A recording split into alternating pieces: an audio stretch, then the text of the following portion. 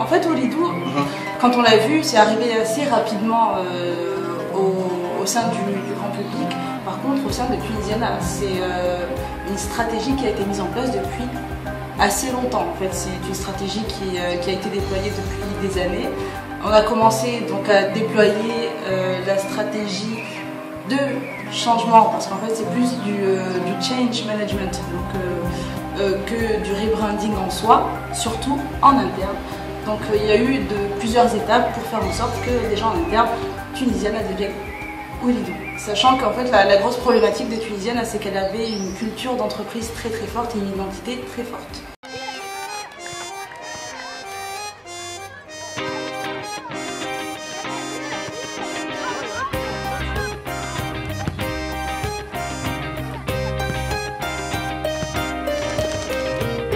Ce qui se passe sur le terrain se passe aussi sur la toile, évidemment, puisque finalement tout va être repris.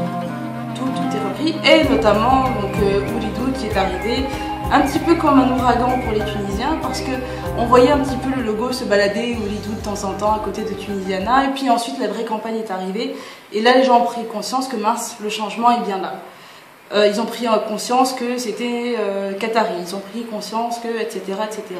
Donc là ça a commencé à bouger sur la toile, puisque finalement c'est sur la toile que se sont passés les plus gros événements en Tunisie. Hein, je me permettrai de rappeler la révolution qui a pris part en grande partie au travers de Facebook et des réseaux sociaux.